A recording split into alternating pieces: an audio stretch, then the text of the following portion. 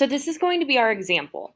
I understand that we have not read a text that talked about fall or OU football or pumpkins, but just imagine that we had, okay?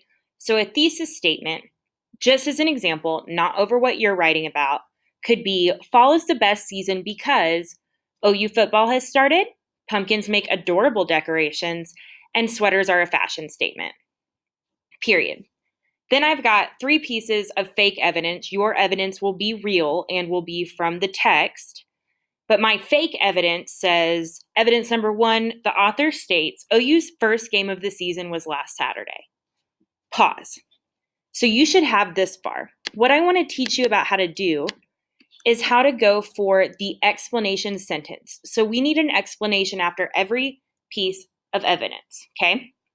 So we already said in our own words, OU football has started.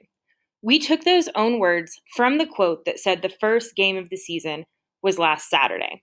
Now we need to explain back at the thesis statement. So if I know that OU's first game of the season was last Saturday, why would that make fall the best season? So I would literally type out an explanation explaining evidence number 1 to the thesis statement. So I would say, I wait all year for OU football to begin. Or I could just say, when OU football begins, it finally feels like fall. Okay, so we know that I love fall. We know I love OU football, connecting it all together. We're going to do the same for evidence number 2. On page 49, it says, comma, quotation mark, pumpkins make every front porch look more like fall. My explanation sentence could be, I can't wait to have a porch full of pumpkins. Now, your explanation isn't going to be about yourself where it says I. Your explanations will always be about Squeaky. And then sweaters look good on everyone.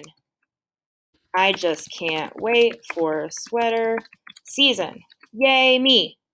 So you have to add those explanation sentences for every piece of evidence. Now, what we know is we know from reason number 1, she sees Raymond as more capable than before.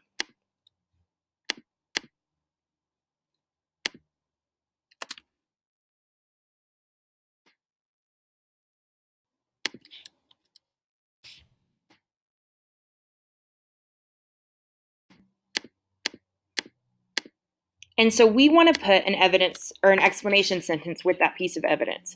So according to the text, it occurred to me that Raymond would make a very fine runner. Remember, the thesis statement is talking about Squeaky realizing that her strengths being found in others. So we would say, Squeaky saw Raymond as more than just someone she looked out for. We can even hit them with 2 explanation sentences if we need to. And here I feel like we do. Squeaky realizes that he has all the potential she has. Done. Okay, so now I have evidence 1, explanation 1. Moving on to evidence 2. So you're going to put whatever you put for evidence 2, you're going to copy paste just like I did. Then you're going to explain it. And that is what you're going to do for Wednesday. So if you're trying this on a Tuesday and you're overwhelmed, call it a day and come back tomorrow. If you're trying this on a Tuesday and you're on a roll, keep on going and I'll grade it early.